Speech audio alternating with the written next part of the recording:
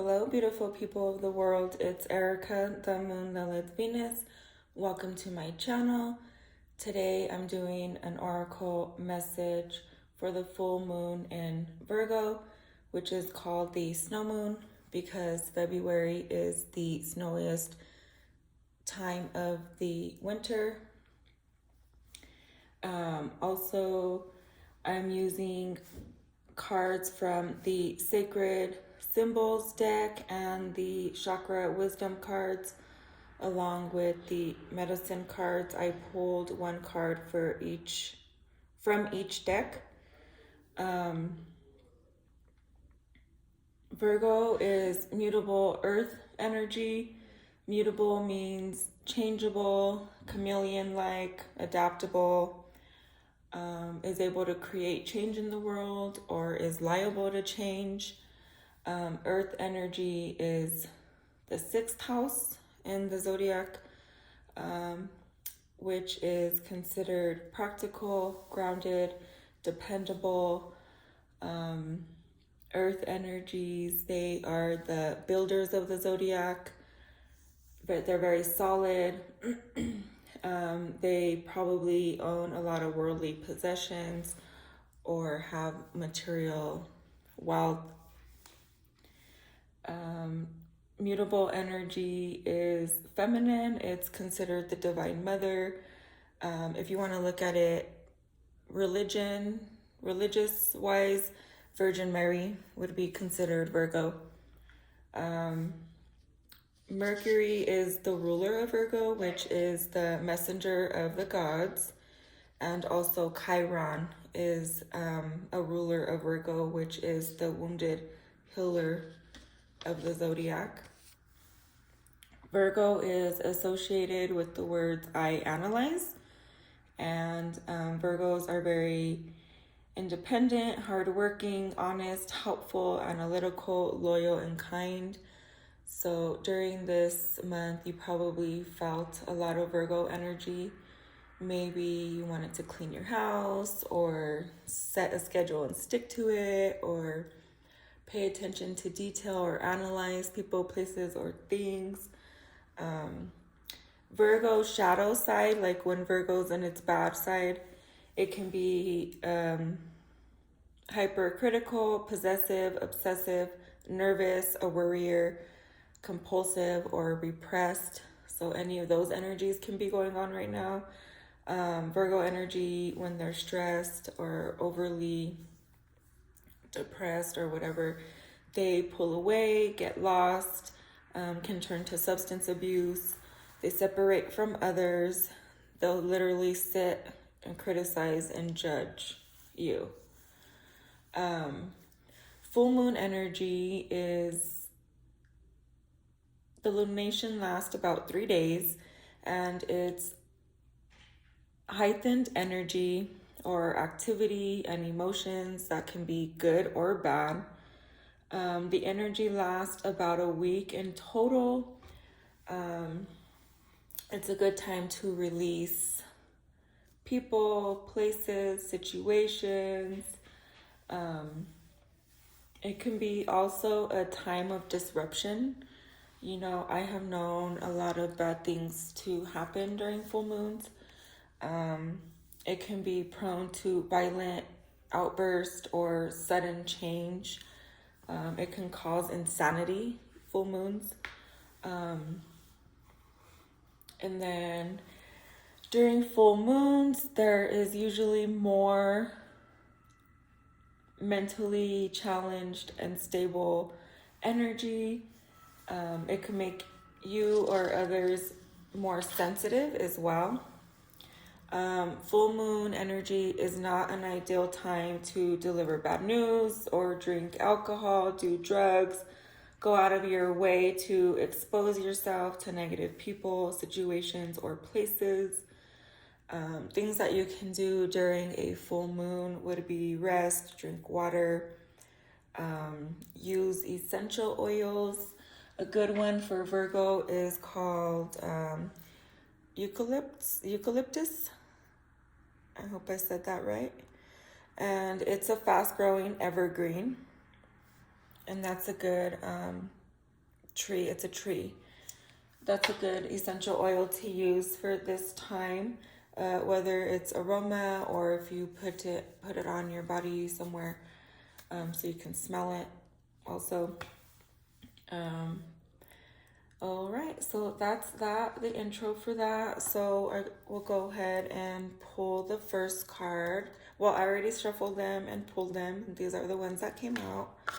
This one is from the Chakra Wisdom cards, and it is the 7th chakra, crown chakra, one with all.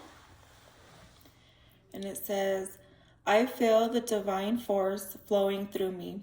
I honor this, and I know that it flows through all. I am calm in knowing that I am the one with all, and I contemplate and meditate on this fact. I regularly remind myself that we are all from the same source and that we are all on a journey as a spiritual beings experiencing this physical existence. I am aware that I have choice as to how I respond to what is happening in my life. My responses have an enormous effect on my spiritual, mental, emotional, and physical well-being. So yeah, during this full moon, we're being asked to look through or pay attention to our 7th chakra, which is our crown chakra, and it is the top of our head. It's purple because that's the color that's associated with the 7th chakra. And if you notice, a lot of queens or royal families wear purple or violet. It is spiritual enlightenment. It's a sign of wisdom. The 7th chakra is universal consciousness and connection to higher guidance. The 7th chakra allows experience. It allows unity, universal connectedness, and it gives us the ability to access higher states of consciousness and basically create an integration of the whole. The 7th chakra regulates the pineal gland, the skull, and the brain. It's associated with grace, beauty, serenity, oneness with all, our divinity, selflessness, realization, understanding, and enlightenment. So that one's for that. And then furthermore, on the 7th chakra, knowledge and spiritual enlightenment is basically the pinnacle of the 7th chakra. And reading from the book now, an imbalance in this chakra may present itself as mental instability with an excess of energy, resulting in episodes of manic or psychotic behavior. Without self-awareness and balance, excess energy in this chakra can also express itself as a drive to collect possessions and material wealth and to build a sense of power. Depleted energy in this chakra may generate feelings of dependency and depression, with the person having little drive or energy to make choices and take direction in their lives. Following someone else's direction without thinking or challenging them becomes the easiest option. Eventually, a person like this may feel a complete lack of any sense of personal power. Balance in this chakra leads to what has been described by yoga as a blissful and aesthetic state. In the final stage of evolution of the physical body, and it brings with it a sense of inner peace, access to your innate wisdom and understanding, and and awareness of our connection with all other living things. In this state, we are able to recognize within ourselves any patterns and behaviors that are dysfunctional and effortlessly release them from our psyche. Okay, so basically, reaching the seventh chakra and going through all the other. Oh, my camera fell. Okay, so going through the seventh chakra, that's when you reach your highest self, your highest potential. And it's said that very few people reach that state. But, you know, we're in the age of Aquarius, so I feel like a lot of us are definitely on our way up there. Okay, so moving on. The next card that I pulled was from the Sacred Symbols, my favorite deck, the Eye of Horus. It's the all-seeing eye, the eyes of the messenger of God, so basically Mercury. And the card that came out is Jealousy, number 23, which equals number 5, numerology. And it's crazy that I pulled this card because actually these cards fell out because my best friend bought me a bracelet this month with the evil eye symbol on it, and I've been wearing it since the day she gave it to me. So thank you, bestie, love you. So it fits perfect. I'm so happy. It's crazy that I pulled this card. Okay, so the evil eye has been known in many cultures throughout the world for long before we've even existed. And it's been believed that evil eyes can cause misfortune, bad luck, or injury. So jewelry and talismans were created, and you know, with this symbol, to keep the evil eyes away. And even our emojis on our keyboard has that symbol also. Jealousy, it could be projecting onto others or others projecting jealousy onto you, whether that's of your achievements, or you can be, or people can be suspicious of behavior, or just having distrust issues at the moment. Any type of jealousy, we're just being asked to be careful with that, or to make sure that we are not projecting that onto others. Also, so the number 5 numerology, that's curiosity, freedom, change. Well, that's pretty cool because mutable energy is change. It's going with the waves, riding the waves, making change, adapting to change. And that's actually what number 5 is adaptability, independence of thought and action, unwillingness to conform. So I know that with everything going on, we're being forced to do this and that, but you know, sometimes it's okay to not conform entirely and to go ahead and have our own thoughts and independence, and steer away from the huge, you know, group think. All right, so that's that. Moving on, this one is from the animal medicine cards, and it's the bear. Another 5.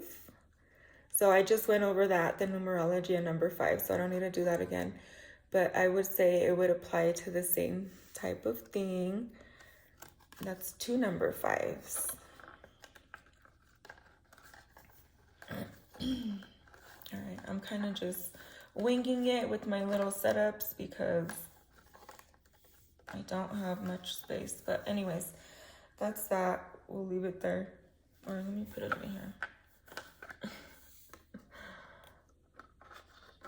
don't know. But anyways, you get it. It's the bear. Okay.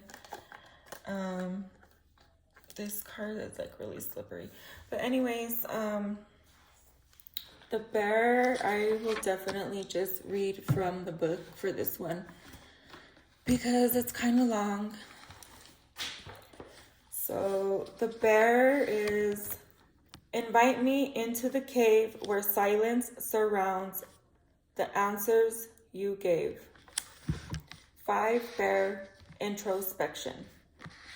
The strength of bear medicine is the power of introspection. I guess I could put this here so you can read along if you want.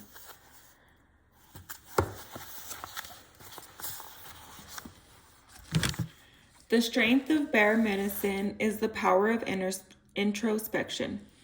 It lies in the west on the great medicine wheel of life. Bear seeks honey or the sweetness of truth within the hollow of an old tree. In the winter, when the ice queen reigns and the face of death is upon the earth, bear enters the womb cave to hibernate, to digest the year's experience. It is said that our goals reside in the West also. To accomplish the goals and dreams that we carry, the art of introspection is necessary. To become like bear and enter the safety of the womb cave, we must attune ourselves to the energies of the eternal mother. Wow. Virgo really is Mother Earth, the eternal mother. So that's pretty crazy that bear is even meaning this also. All right, moving on. Eternal mother, and receive nourishment from the placenta of the great void. The great void is the place where all solutions and answers live in harmony with the questions that fill our realities. If we choose to believe that there are many questions to life, we must also believe that the answers to these questions reside within us. Each and every big being has the capacity to quiet the mind, enter the silence, and know.